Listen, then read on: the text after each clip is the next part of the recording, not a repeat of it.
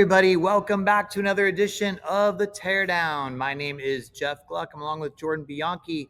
We are motorsports writers for The Athletic, and we are here at the Chicago Street Course. We're currently in a nice dry room, and it was a nice dry race, Jordan. No rain. No rain. Like the whole weather forecast was again, doom and gloom. Again. Like, oh my God, we're going to have lightning. Like, what's this race going to be like? Please, no delays. No rain. And just when we were done on pit road, the sky started sprinkling, but it still hasn't downpoured and never really stormed yet still. So, hey, we will take it. We will take the forecasters being wrong on this one after Chicago went through it the first couple years of this thing. But this could be the last one. We don't know. But at least we finally saw a nice dry Chicago race, and it was perfect for one Shane Van Gisbergen, although he probably could have won in any sort of conditions as he did the first year, because he wraps up, if this was the end of the Chicago Street Race, he wraps up his Chicago experience by winning 4 out of the 5 races that he entered. And then the other one, he got in a wreck. It wasn't his fault. Like someone literally just slid into him and took him out. So, So, the guy's pretty good here. Yeah. Do you think he's out like in front of like City Hall on Monday, like saying, don't go. Well, no, because he doesn't like cities. So he can't wait to get out of here, he said. But that's just because he's not a city guy. But he did say the city, changed his life. Obviously, when he came here 2 years ago, this was going to be the only NASCAR start that he had planned. He was here for Project 91 with Trackhouse, and he obviously stunned everybody. And I remember seeing him on the track walk that first year, and people were walking around. We did the track walk that year, and people were just walking past him like, who is that guy? Yeah. And remember, all the drivers were just like, they couldn't pronounce his name, and everybody knows his name now. This guy is clearly one of the great road course racers ever in NASCAR history. Is he already the best you've ever seen? I think I'm ready to say he's the best I've ever seen. The best I've ever seen, because for years I would say, hey, Marcus Ambrose was the best one that I ever saw. I mean, Jeff Gordon was great, but Marcus Ambrose came and he was just like, wow. But he only won twice on road course. I know, but his talent was, he didn't have the cars really too. But SVG is just another level. I mean, this guy is unbelievably ridiculous. And it's not just a street course. He did it at Mexico City. He could do it again next week at Sonoma. Won the Xfinity race there last year. Yeah. I mean, the guy, he's look, I think I saw a stat, apologize, maybe this was Dustin Albino that tweeted it. I think he's only the second person to sweep the polls and the races for Xfinity and Cup, and the first since the other one was Kyle Busch, Indianapolis 2016. Correct. It's just what he's doing doesn't happen often, obviously. He's also the all-time winningest international driver in NASCAR. The winningest foreign-born driver now with 3 Cup wins. Yep. I think that the storyline, the narrative of, hey, he won Mexico City, he was 34th in points or whatever he was, and now he won. I think that is gone now that he's won 2 of these races. He's won. Look, as somebody pointed out in the post-race press conference, he wins Sonoma next week. He is tied for the most wins in the Cup Series. That was the thing that jumped out to me. It was like, he's got 2 wins. Very real chance he could have 3 next week at Sonoma. Let's not forget Watkins Glen is next month. There's still going to be an opportunity to get 3 or 4 wins before this year's out. I mean, it's remarkable, and I continue to say it. It doesn't matter what he does in ovals. As long as he delivers on road courses like he is, he's pretty essentially guaranteed a playoff spot every year. I mean, that's a big ask, and it's a lot of pressure. But to what you said, if he's the best ever on a road course and they continue to give him good cars, he is going to have that opportunity to punch his playoff ticket every single year. And it's a really remarkable thing. And you start looking at it a little bit. Okay, he's got 2 wins now. If he can get a third, or maybe get some playoff points along the way, if he can figure out a way to get out of round 1, what's in round 2, Jeff?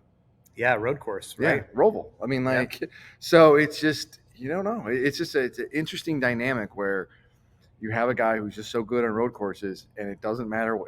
Frankly, doesn't matter what he does on the ovals. It doesn't. Well, I mean, it's fascinating in the sense that, even if they change, let's say, we've talked about, okay, what could they do to, avoid a Harrison Burton type scenario? Nothing against Harrison, but, the guy winning one race and getting his way into the playoffs if they don't want to do that, right? Mm-hmm. And they say, well, we could, what if we did 12 drivers or something, right? So then the field is smaller, and then one win doesn't guarantee you in. Well, he's probably good for at least 2 a year. Yeah, I mean, there's 6 road courses on the schedule right now, 5 in the regular season. Mm-hmm. I mean, I don't see how you're going to keep them out of the playoffs, and it's scary for the field in the sense that like I don't think anybody's thinking this guy's going to win the title or ever get past the round of 8, right? But let's just say by the threat that he could take up one of the final 8 spots, the threat that, hey, if you let this guy into the round of 12, he's a tough out. He is likely to win the Roval. I mean, he's going to be the favorite to win the Roval, right? And so you are very worried now as a competitor who has serious championship aspirations. You're like, oh crap, like this is not good for us. You know what I mean? No, and I'll go back to last year. What kind of track was in the first round of the playoffs last year? Watkins Glen. And he almost won that race, finished second. But NASCAR has kind of this path now where they are rotating tracks in and out of the playoffs. Gateway in New Hampshire coming this year. We saw Watkins Glen in action. Who's to say that at some point Watkins Glen or another road course doesn't end up in there as well? So it would only then really enhance his chances. And to your point, like it's an absolute, that's one less spot. Now you effectively go into the year of like, okay, well, there's 15 spots now, not 16. And even if you end up changing the criteria, go back to how it used to be of like, we're going to really points heavy kind of thing. And, we're going to take like the top two top 2 highest winners, right? He still could be that guy just based on what he's doing here. So it doesn't seem to matter what the format is, that he has found a home here. And I thought Justin Marks made a really good point of like, it really affords him and the team an opportunity to continue to grow. And it's like, it's almost like this giant safety net of like, okay, we're going to buys you time. Buys you time. You go, you're going to run the road courses. You're going to do well there. Maybe we knock out a couple wins. And then as you get more experience, you're going to see how he adapts.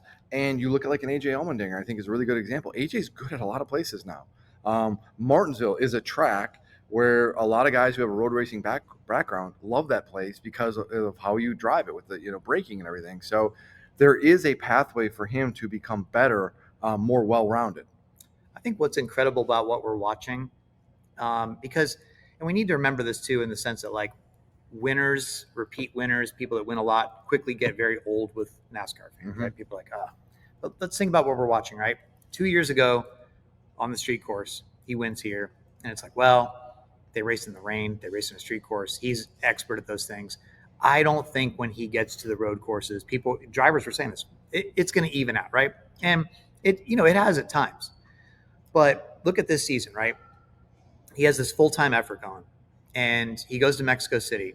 And everybody, I think in the last 2 years, as there's been more and more road courses and all this stuff, everybody's raised their game. And the Cup Series right now, road course racing talent-wise, has to be the best it's ever been in NASCAR history. All these guys have gotten way better, right? They're all looking at the data. They're all having way more sim time. They are students of the game. They're studying. So the whole field has raised its game. He goes to Mexico City and completely crushes everyone.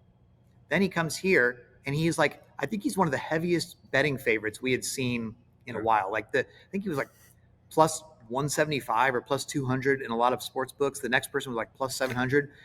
He was like the heavy favorite. Everybody was going to take their best shot at him, and he still got it done. And this wasn't even necessarily the most straightforward race. There was a moment there when the caution came out, when they had held it for a while for Josh Berry, and it allowed like Tyler Reddick to jump on pit road, and there was different things happening, and yet he still just worked his way up. Like it's not like he led the entire time. And so, man, when you have a guy that's that smooth, that's the thing, and he's that in control. And he talked about in the post-race press conference, Jordan. People are talking about, well, did McDowell have something for you if his throttle cable hadn't broken? And SVG's like, well, I mean, I was kind of just saving my stuff at that point and riding a little bit. And that's when he did in Mexico City too. Mm-hmm. And it kind of lost today. It's like, there was moments in the Mexico City race where Ty Gibbs was up front and leading, and SVG was just riding there. And you're like, oh, does he have anything? It's like, he's smart. And I don't think SVG gets enough credit for how just smooth he is and how smart and patient he is. He doesn't, when he gets in traffic, he doesn't panic. He just puts his head down and goes to work and methodically works his way forward. This is not a criticism of AJ Allmendinger, but AJ's really great on the road courses. But the one thing that has always jumped out about AJ is if something goes wrong, he panics sometimes, and it kind of snowballs a little bit, right? You don't see that with SVG.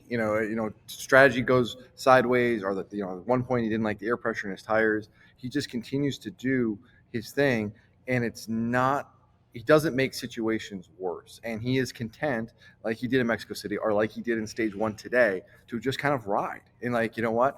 Yeah, it would be great if I could lead a bunch of laps and everything, but there's no point. Like, I'm just going to ride here in second.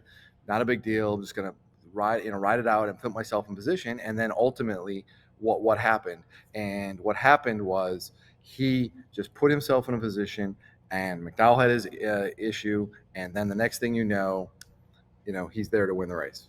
Name your top 3 road course drivers if SVG is not number 1. The only other one that comes to mind is Gordon, and how great Gordon was. There was a run there with Chase Elliott too, by the way. But Gordon did it to a level that nobody else could, and he did it at a time when there was only 2 road courses. So it was really hard to get those wins and opportunities. If he had as many opportunities now to race on road courses as SVG does, imagine the win total that he would have. And I think what is important to keep in perspective is, while SVG is doing these great things on road courses, he's not infallible. And we have seen runs. And Marcus Ambrose is a good example. It's AJ Allmendinger at times. Like, you have a guy, you're like, oh man, he's the guy. And it feels like, for a stretch there, he can't be beat. But that comes and goes. It ebbs and flows. It's part of this. And so, it's really easy to sit here in the moment, but it's a really small sample size, So is he great? Is he brilliant at times? Absolutely. But he's not infallible. In fact, Chris Buescher last year at Watkins Glen beat him straight up, you know? And so, like, he has an opportunity to be the greatest. I just don't feel – I feel like I don't want to be a prisoner of the moment and sit there and say that he's the greatest now. He will be, though. I think he's got a really good chance, I think he's got a really, really good chance. And I will say this too. He's 36 years old. So, so I mean, his runway isn't – He's still got plenty of time. He's got a few years. Still got plenty of time. I mean, I think what's going to be fun, honestly, to watch, like next week, right? You're going to go and you're going to say, hey, SVG is going to be heavy favorite again, Sonoma, right? Yep. But I think it's going to be fun to watch and see who can beat him. Somebody's going to raise their game. Somebody's going to figure it out. Somebody's going to try, or maybe they can't. Maybe SVG is going to take this entire generation's best shot of all these future Hall of Famers, and they're all going to try their absolute best, and nobody's going to be able to do it, which will be even more remarkable. But like, I think, the fastest car in many NASCAR races does not always win. Mm-hmm. If he's able to repeatedly do this, I mean, if he wins 3 straight road courses here and ties for the series lead and wins, this is like the Tiger Woods of road course type stuff. Like, this is like, whoa, okay, we're watching some real dominance here. That's okay. I mean, in this era, you just don't see that kind of stuff. I know, but again, like, go back to COTA this year. He was he wasn't a factor at COTA late. I'll give you a name to keep an eye on as we go forward. Connor Zilic, who's more than likely going to be in the Cup Series next year and is very, very good in these races and doesn't have a lot of experience at all. And once I think he can get a little bit more seasoning, he could easily go toe-to-toe with him. Ty Gibbs is right there. Chris Buescher today had an engine issue. I think, talking to people in the garage, there was a lot of people looking at that 17 car. They all identified SVG as the guy, but a lot of people looked at the 17 as, if someone is going to give a run, look at that 17. And Ty Gibbs was another name that came out, and he was up there today. So it's going to be hard. The depth is there. The thing that what Gordon did at that time was a lot of guys just didn't take road courses seriously. There were 2 races a year. They kind of threw them away, and there wasn't, there was a handful of guys at most that could win. Now, though, this is a really deep field, and a lot of people it's not just sims. Like, they will go race Trans Am series. They'll go do other things to just get laps in. So it's going to be interesting to see. And, man, we saw a preview of it on Saturday in the Xfinity Series race with Zilic and SVG. Yeah, I mean, we did, but I also think that SVG is going to, by the time Zilic gets the Cup next year, and by the way, what SVG is doing and what Zilic is doing is also is a big reason why we had the Daniel Suarez news this week where he's out of a ride. But, it just sort of reaffirms, like, okay, well, this is why you do that. But at the same time, it's like, I don't know, like, there's something about somebody having the target on their back in NASCAR and still being able to do it. Yeah. And that is extremely, it's one thing to start winning races and get kind of good, but especially like, I mean, you've seen it at short tracks in the past, right? Like, somebody get really good at a short track and be like, all right, everybody's gunning for this guy now. And then, it goes in cycles. If he's able to keep doing this consistently, I think that's where that's what really stands out, and we're not going to know for a while. But yeah, it's just kind of a fascinating thing. It's going to be really interesting to see how this continues to progress and if he can continue to do this. And then the Suarez thing is interesting because he's got more wins than Daniel Suarez does, career wins. And that's the reality of the situation. If you're wondering why Daniel Suarez is out of a ride, partially is the fact that he is now getting outpaced consistently by two of his teammates. SVG's got 2 wins this year. Chastain's got a win this year. Won a race last year. You have teammates that are doing this on a variety of different tracks, and you're not.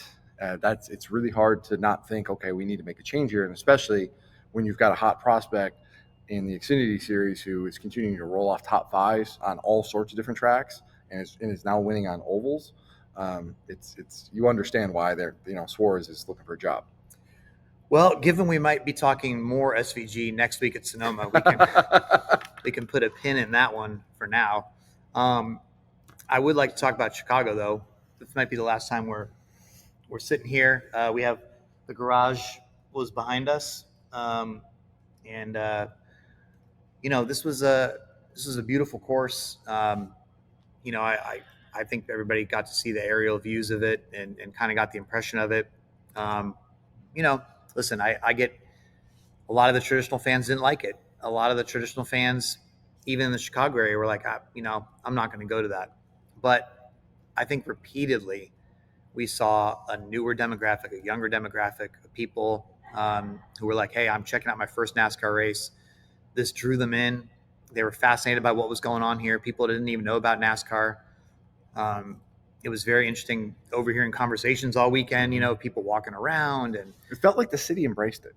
It really finally did. Yeah. Like, you remember the first year, it was like all those, I don't know about that. It really, I didn't hear any criticisms from anybody, anecdotally. I didn't hear anything from anybody.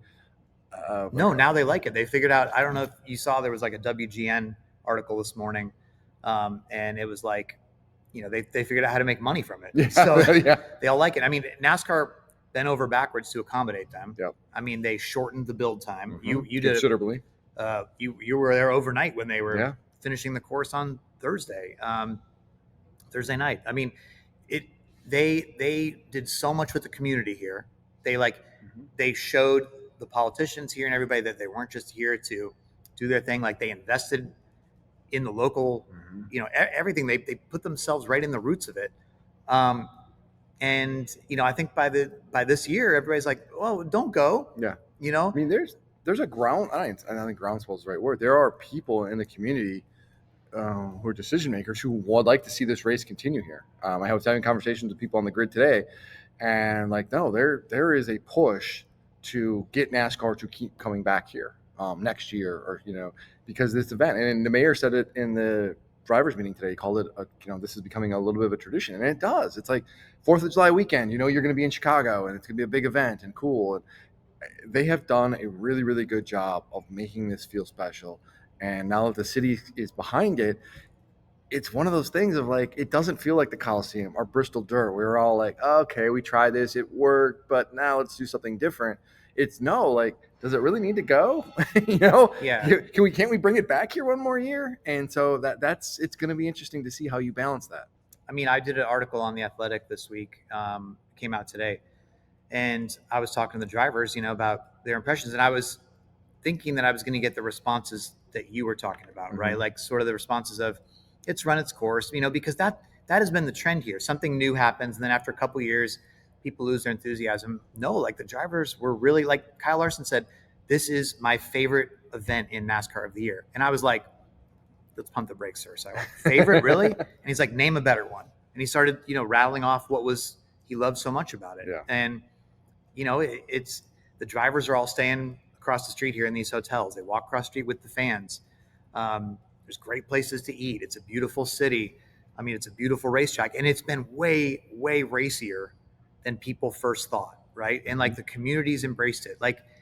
There are a lot of positives here. Now, do I want to see a bunch of street courses on the schedule? I don't. That's just not what NASCAR is. But if this is the way to get NASCAR into a city, and remember the purpose of this, it's a giant commercial for NASCAR. There's other races, just like with Mexico City. There's other races that plenty of races that serve the NASCAR fan, the traditional NASCAR fan. You need some races that are going to help grow the sport. This cost them a lot of money, $50 million the first couple of years. Now it was pared back this year, so I'm sure it didn't cost as much. I mean, we were in the media center was a parking garage this year. That was a new experience for us. I don't care. We got a coffee. We got like a barista. We did get a barista. Yeah, I was cool with that. So did I straight off? You liked the media center parking garage? I didn't hate. Like, listen, there are. I don't want to name names. There are a few worse media centers on this tour. Not many. I said a few. I didn't say many. I said a few. We were still in an underground parking garage. It was fine. I had a room. It was, it wasn't cramped for space. You tend to take a lot. Well, you might have liked it more than I did. It was fine. It was fine. I had no issues with it. It was fine. The point is, there was a bunch of things that were different this year.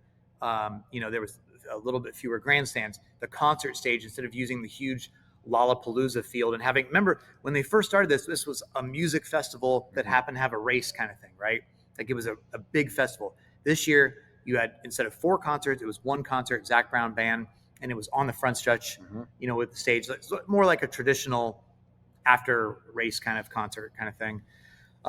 They didn't have this huge, last year the first couple of years they had this huge President's Club thing on the front stretch. It was like, I think it was like 3 stories. And the President's Club was in turn 6. Well, whatever it was called. Then they had hospitality suites along the front stretch. Yeah. Yep.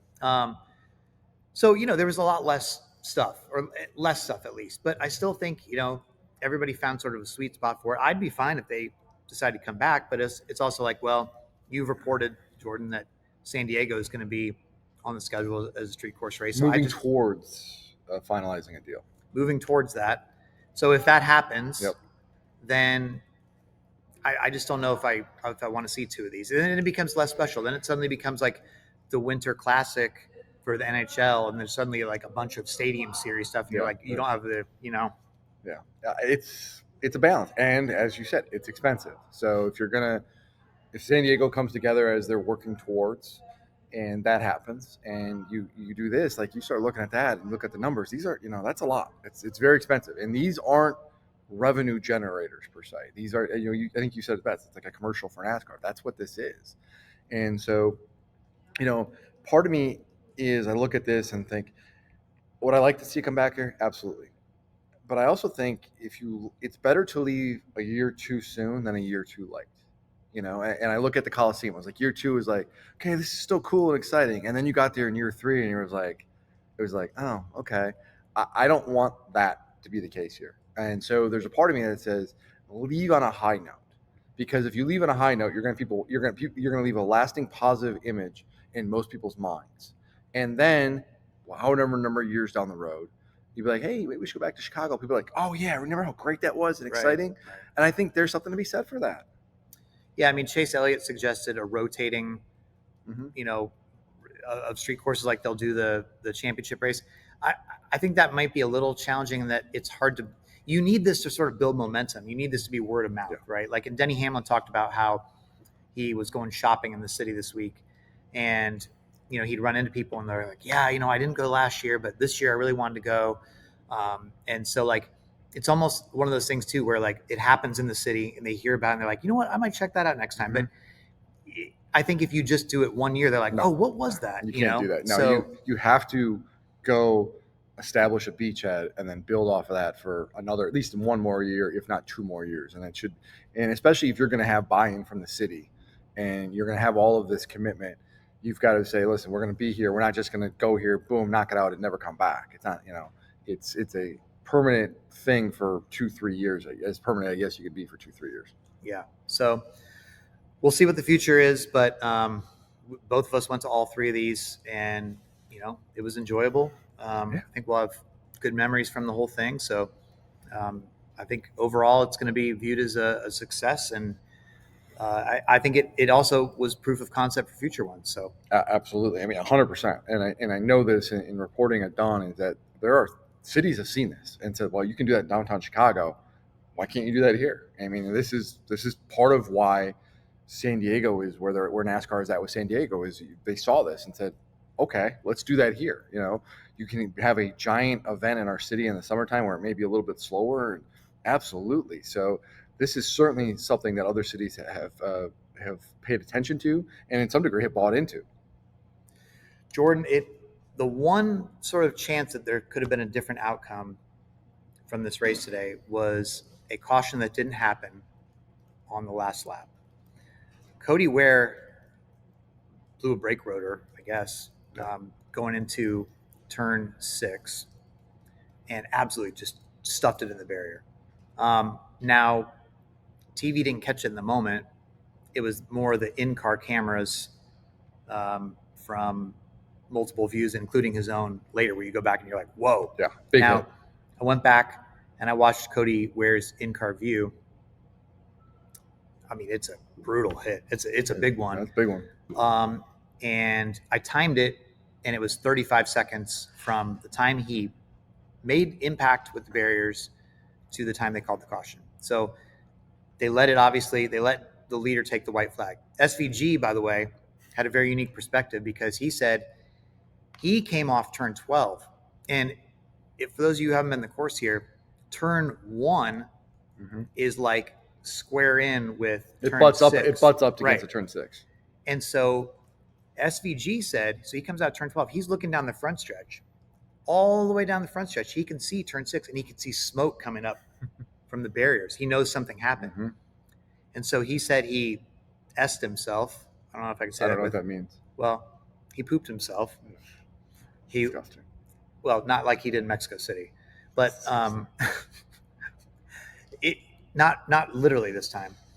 Anyway, he wanted to get to the white flag as fast as possible. He said he had 4 seconds of terror because he realized they could call a caution. They waited, and so it looked like initially to both of us, I think, that okay, well, there's weather in the area, and if they call a caution here, is there going to be lightning? Are they going to be able to get this? Are they going to hold this whole thing up for hours for one lap?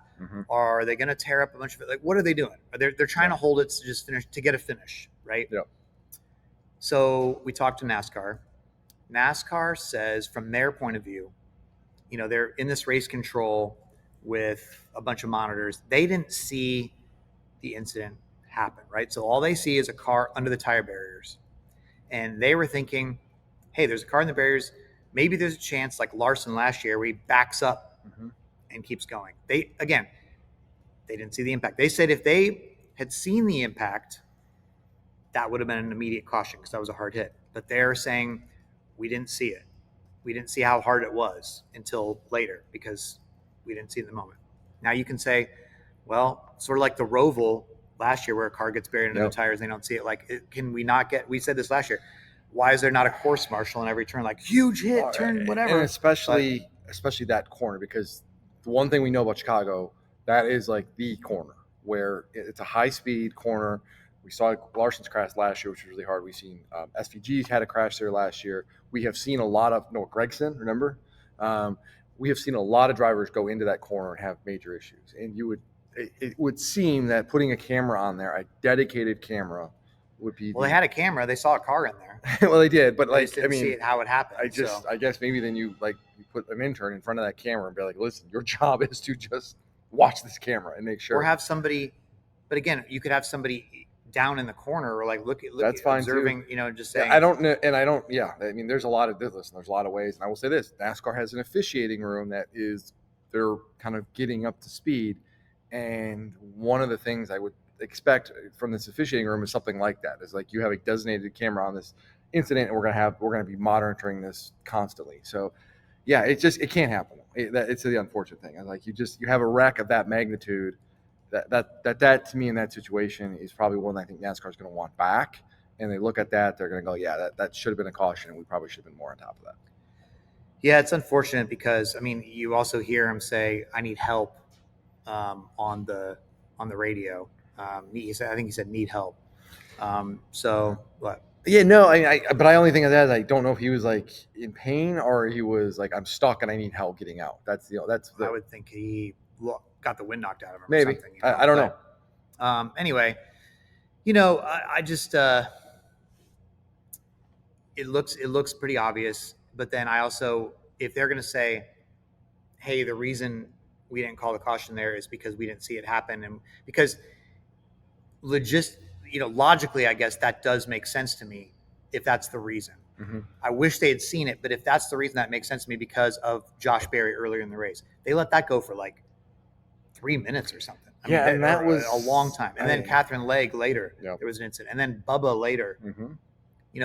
They were really holding caution today. Too.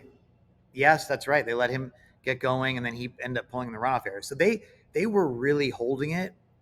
So if they're really saying, okay, we didn't see it and that's why we did it, and it wasn't because to get a finish and we were just trying to let it play out, I can see that.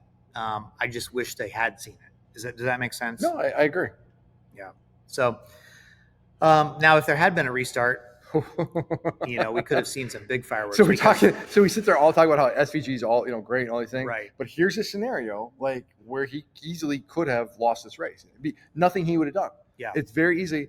The third he got beat on the start today. He got beat in the initial start. He got beat in the start, but presumably Tyler Reddick was in third place at fresher tires. Yep. Somebody could get. It's very. Ty Gibbs was going to be ultra aggressive going to his first win ever. 100% and he needs to win to get in the playoffs. Right. There's a very real scenario where SVG his race ends on a hook. If there's a shootout for overtime, I don't think he wins. I really don't. With either Reddick on fresher tires or Ty Gibbs going for his first career win. Mm-hmm. And I don't know who's in fourth, but yeah. Ty Gibbs was going to rough him up, right? Ty Gibbs historically. I pretty much tried to ask him what the situation was, and Kyle Busch was up there too. Kyle on that restart's going to be. Yeah. I just think Reddick probably would have won in the sense that he had the freshest tires, maybe. But he had fresher tires last year and didn't win. Now SVG, because I asked Ty Gibbs about the restart before that, when he was lined up alongside of him and he had a chance to get it, and Chris Gabehart is, reminding him of Snoop Dogg lyrics and that's a deep cut from the first album, by the way. It was great. It's a great song. It was a pull. Yeah, it's a great song. So Ty Gibbs basically said, yeah, he got a better restart and he had the advantage there. But Ty Gibbs said, I might have done something if basically he was inferring that, like if he was going to be closer. So, it would have been wild. And plus we don't know, ultimately it didn't lightning and rain, I don't think, but it's weird because we're doing this podcast. It's still light out. We've done it's just, I think the Chicago race started earlier this year. It was shorter this year. It was only 75. Well, the first year wasn't like 100 something laps. 100 something. They tried to do it. They shortened it. And then last year it got shortened. Yep.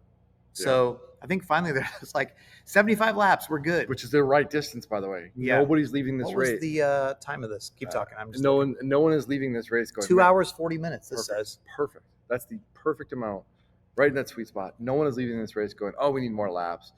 The race at no point really kind of lagged. There's always different evolutions of it. There's a lot of different strategies. I thought it was good. I really, really thought it was a entertaining race. Did you? I didn't think it was. I thought it was good. I won't say anything. We got a guest on the Good Race Poll, so I won't say anything. Oh, I thought it was fantastic. It was great. Oh yeah. No, definitely. It was great. Yeah, definitely. It was good, really good. It was great. It's fantastic. Really good race. Do you want to guess now? Sure, why not? All right. Well, Big Joe Wall. So listen, we talked about Big Joe Wall on this podcast, right? And he keeps score for us. Obviously, as you know, he just started doing this on his own, right? Like just to be nice, because I always forget. So Big Joe Wall texts me this week, and he says he had a chance to update the score while he is on a ferry off the coast of Iceland. Damn, that's commitment right there. He needed some internet to be able to update us. He sent this picture of an Icelandic waterfall, but he's still updating the score. That's wild. Appreciate the dedication. So that is really dedication there, Big Joe Wall. I was able to pick up a win, stopped the bleeding there. So I'm up 11-9. How do you feel about the race, Atlanta being 91 last week? You thought it should have been way higher. I don't know. I was surprised. I really was. I thought that was a really good race. I understand it had a big crash. I don't know if people are completely, on board with the Atlanta configuration, but man, I was surprised. I really thought it was going to be higher. Yeah, I think super speedways in general, I don't know. There's some people that will just never vote yes on a super speedway, but anyway, all right. Man, I haven't even actually thought about my number yet. So no, it's going to be high, man. It's going to be very high. Very high. For sure. Oh, look. Okay, I'm not looking. Cheater. Wait, this is probably too low. Shoot. All right, ready? Yep. What do you got? 55. Oh my gosh. What'd you got? 64.2. Ooh. Now I think I went too I high. think you went too high. I was originally 50 something. So you were faking the whole time? You never thought it was a good race? No, I genuinely. Oh, you thought it was a good I thought it race. was a genuine. Again, how I vote does not reflect what I think. I shouldn't have even said anything because I think I totally. You were going to guess high until I said something. I had this as a number. Oh, well, let me guess. You found Denny or something again and asked him what he was going to do. I've got people I talk to. So I do. God. Sources. I mean, Denny is really. I did not talk to Denny, by the way. Okay, well, I'm just saying my whole opinion has changed of Denny since he started helping you. Yeah. He knows you cheat. I'm not cheating. I don't cheat. Okay. Not a cheater. Well, we'll see. We'll see who's right, but we obviously don't think it's going to be that high, though. So people have, the winner was. I don't say it was like a foregone conclusion, but it was, But you just said, "Oh, it was such a good race." Now you're listing the reasons why it's not. Because this is why I think people. This is what I think people are going to be pointing at. It's not what I think, but I think people are going to look at it and say, "Oh, the guy who started in the poll, SVG won in Chicago again." They don't like Chicago. They do not like. There's a lot of. The reality is there is a segment of this fan base who does not want to be here. Period. Right. That's true. And I want to be at Daytona on 4th of July and all of this. Like you're just. People get mad about this race. I'll be like, "Oh, what a beautiful!" 100%. I was like, "What a beautiful garage right by the lake." They're like, "Oh, are you gonna get shot? Where's your bulletproof 100%. vest?" I put a thing on social media the other day, some like shots of like, I said this is one of the most picturesque tracks in NASCAR. I didn't say it was I said one of. Mm-hmm. Like, and that was one of my opinion. Like, okay, we could have the greatest road course race in NASCAR history. There are still going to be people. Yeah, people really don't. They do not want to be here. Mm-hmm. I don't understand it. I don't agree with it. But that's the reality of the situation. I think it's funny because there's a lot of people who are fans of the sport, but yet it's like the things that grow the sport, they're not interested in. They don't want NASCAR to go to Mexico. They don't want NASCAR to come to the street race here. Like, and it's like, oh, we should be at Rockingham or whatever. And it's like, no, why? I don't understand. No. If you are a big fan of something and you love something, why wouldn't you want other people to love it also? Like, why wouldn't you want as many people as possible? Like, if you're a NASCAR fan, are you happy that like F1 is gaining on NASCAR and all your non-racing friends are suddenly talking about how great F1 is? Mm-hmm. Like, shouldn't that piss you off? Shouldn't you want people to be more going like, well, actually, no, NASCAR is great. Actually, the racing in NASCAR is better. Instead, it's like, oh yeah, F1, because all these people are just drawn in by like, oh, they heard it's cool. Like, why would you want that? If you're a NASCAR fan, why would you want that to happen? And this is how NASCAR is feeling like they need to grow the sport. And yet people are like, no, don't do that. That's terrible. They shouldn't do that. I don't get why people would be opposed to that. That's my thing. Like, people want to go back to like 1995 and some magic, won. And it's not that case. You have to grow your audience. NASCAR has one of, if not the oldest demographics out of most professional sports. You have to get a little bit younger. It's why you go to streaming. It's why you go to LA. It's why you go to downtown Chicago. And I get where old school fans are coming from. I am a traditionalist. I have said this a million times, and I am, but you have 38 races on the schedule. I want my Darlington Southern 500 on Labor Day weekend. That should never, ever go off there. There are certain things you don't mess with. But you have 38 races. You have an opportunity to be different. You can give the traditionalists what they want. Guess what? North Wilkesboro came back. You had a race at Bowman Gray. You're going to probably get another clash there sometime in the near future as well. Iowa, a short track that people are clamoring for, got put on the schedule. You're seeing different things. And it's okay to have that, but it's okay to have something new. It's not like there's 10 of these new events on the schedule. There's a couple. And it's okay over a course of 38 races to give a little bit of that.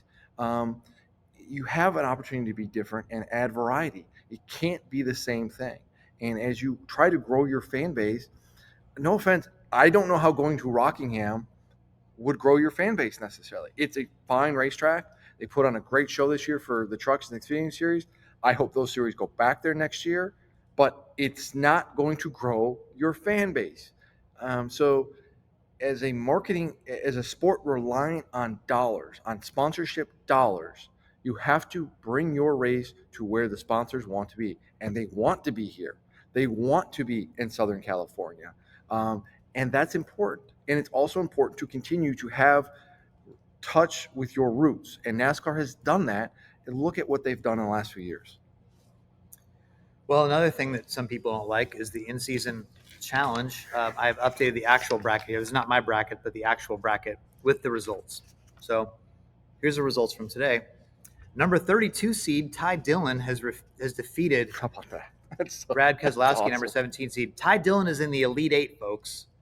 Ty Dillon, Elite Eight. He is going to be up against Alex Bowman, who defeated Bubba Wallace in quite a bit of a little skirmish there. So let's talk about Alex Bowman and Bubba Wallace. What the hell was that? I have no idea. What the hell was that?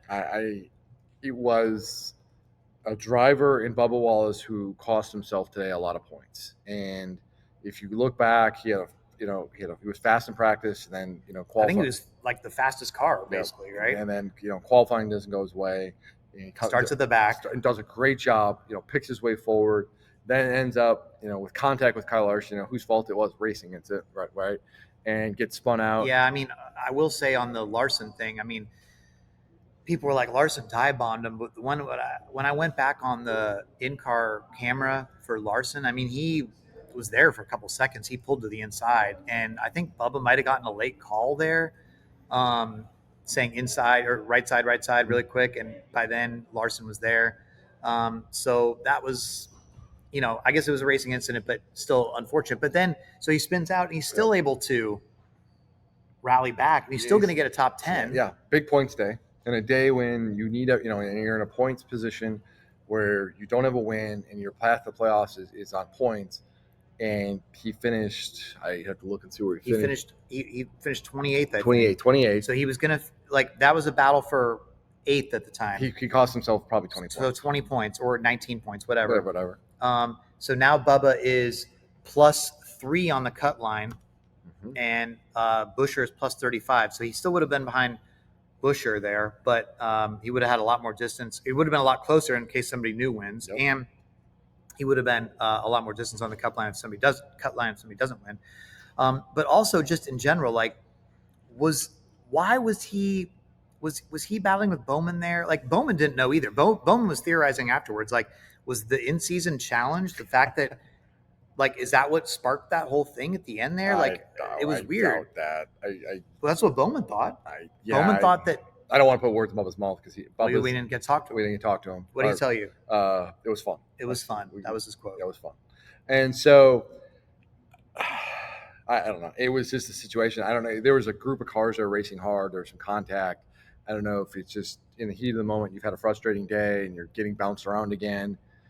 That's tough, but you have to rein that in, and it's hard. I get that, but 20 points. Then they had did you see somebody film the confrontation out here? I don't even call it. It didn't even look like a confrontation. Some sort of conversation. Yeah, conversation. I think is probably the best way to describe it. Because they looked like they were kind of laughing there at the end. Yeah, but I think that was more of a "you're an asshole" kind of laugh than. Oh, like the one you give me all the time.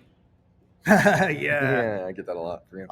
Anyway, so yeah, I just don't, man. I don't think that was the big picture thinking there for Bubba, and I think he'll regret that and wish he had that one back. So that's a tough one right there. I mean, he's in a very precarious spot. There's going to be somebody that's going to pop up here outside of the you don't expect. Somebody outside the cut line is going to win a race, and then all of a sudden he's going to be out, and this is the spot he's been in for the last few years. NASCAR will be taking a closer look at Bowman versus Bubba. At first I was like, oh, Bowman just dumped him. Yes, they will. That was what I was told. All right. It looked like Bowman might have right reared him. Mm-hmm. And then on another replay I saw, it was like, oh, maybe Bubba cleared himself across. Bowman said he thought that he was being pinballed between the wall and Bubba, and that's what happened.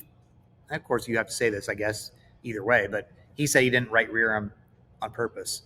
So, yeah, I don't know about that. Somebody, by the way, before we move on, Joey Logano definitely thinks, according to Front Stretch and Bob Pockris, who went and talked to him, that Ross Chastain wrecked him on purpose. And he did. Yeah. I went and saw his in-car camera for Chastain. So Chastain gets dumped in turn 1, right? Or he got pushed out into the kind of the wall. And he gets going again. He spins, he gets going again or whatever. Like right away. And he re-enters, and Logano's like the first car in front of him. In the very next corner in turn 2, he just dumps Logano. Mm-hmm.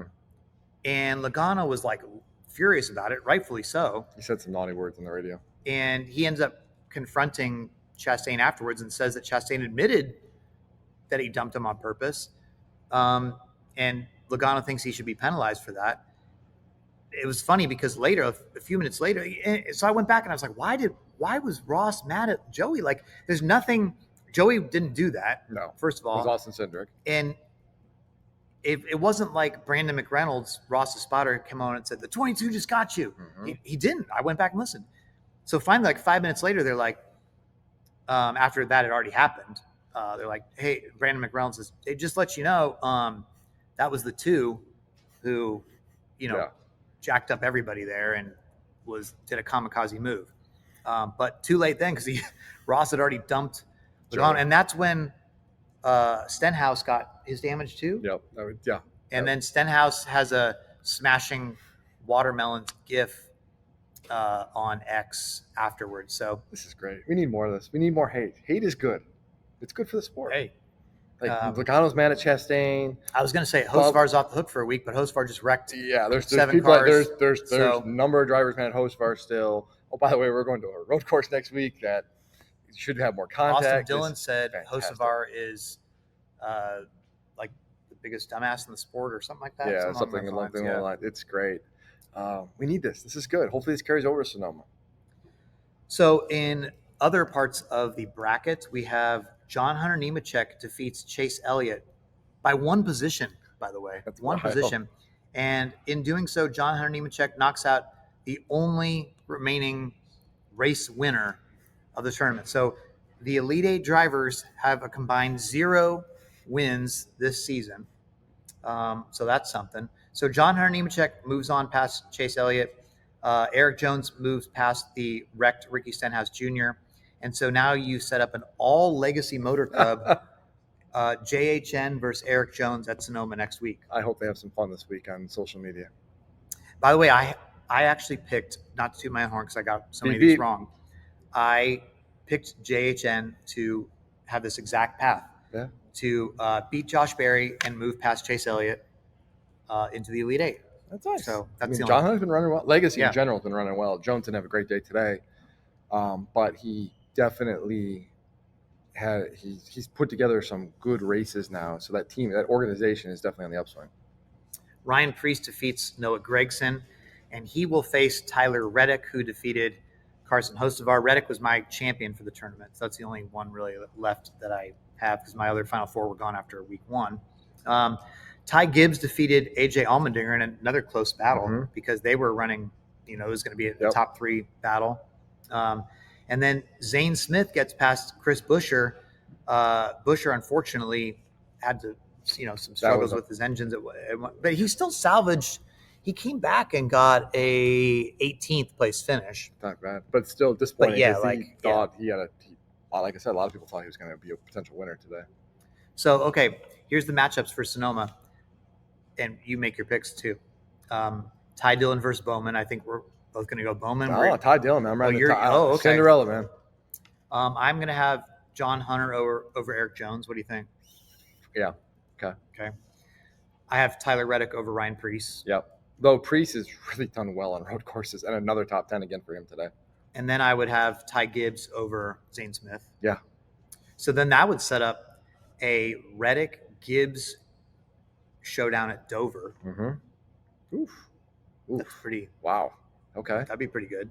And then the other side of the bracket would be, wait, so you said JHN also? I said JHN. Okay, so we'd have John Hunter versus either Bowman or Ty Dillon at Dover. But Bowman's really good at Dover. Bowman has been really good at Dover, yeah, for sure. So I would have Bowman moving on, but you don't have him.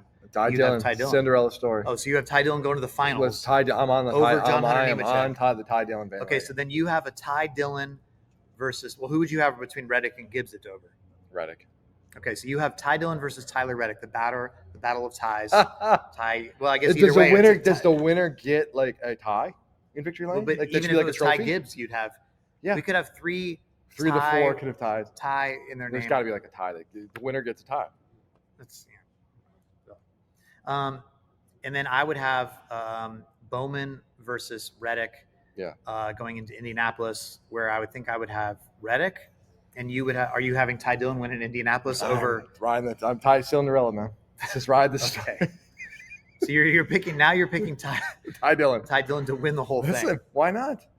This is like the 12 seed reaching the championship in the basketball tournament. Okay. Why not? Florida Gulf Coast, baby. What else did you want to talk about from real quick? I need to look at my notes too. Mentioned Chris Buescher, tough day for him. How about Michael McDowell, man? Good race. Led the first 31 laps. Yeah, won the stage in a good position. That was weird with the throttle cable. Yeah, and just luckily he didn't end up in the tire barrier. But yeah, tough day for him. Really, just a really horrible, tough break. That is really, I mean, again, like, how about that crash though?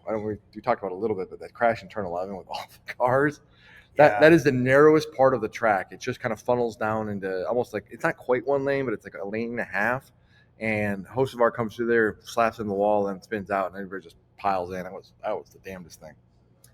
What did you think about the Xfinity race, SVG versus Zilich on that late restart? What was your interpretation? I thought for teammates in that situation, I have no issue with what SVG did. I thought he raced him hard, but I don't think he raced him dirty. I don't have an issue with it. I thought that, Zilich said that was the first time they'd ever raced together, right? And Zilich thought it's not that it was dirty, but he was going to leave him more room. So, it's a matter of like, was it fair? Yes, I guess, it's fair. But at the same time, like, could you not have let them race side by side? Yeah. Could you let them race it out for at least the lap? Yeah. And they were trying to just, get it done. I would have liked to have seen that battle go past the first corner. Right. Like right. that. He ran him out of room. So, yeah. Now, Zilich says, hey, now I know how he's going to race. And so, yeah, that's fine. But, it's interesting going forward. They'll race it. Yeah. And so it would have been nice to see those guys, because it was like all excited. It's like, okay, first they're starting in the front row. You got the two best of your teammates. Like, let's see these guys go at her. And it was like, boom, done. So, yeah. All right. Well, I think we're going to wrap up here. You're at Sonoma. You're taking it from me. Yes, I am. Wine country. First time you've been to Sonoma. I'm looking forward to it. So we will hear about your impressions. I will be drinking wine in the post-race podcast. And I will be flipping you off. That's rude. Behind the screen next week from my home while you're enjoying wine country. I will be sitting there sipping my Chardonnay on the post-race. Very cool. Episode of the Teardown. All right. Well, everybody, thanks as always for listening, and we will talk to you next time on the Teardown. See you, everybody.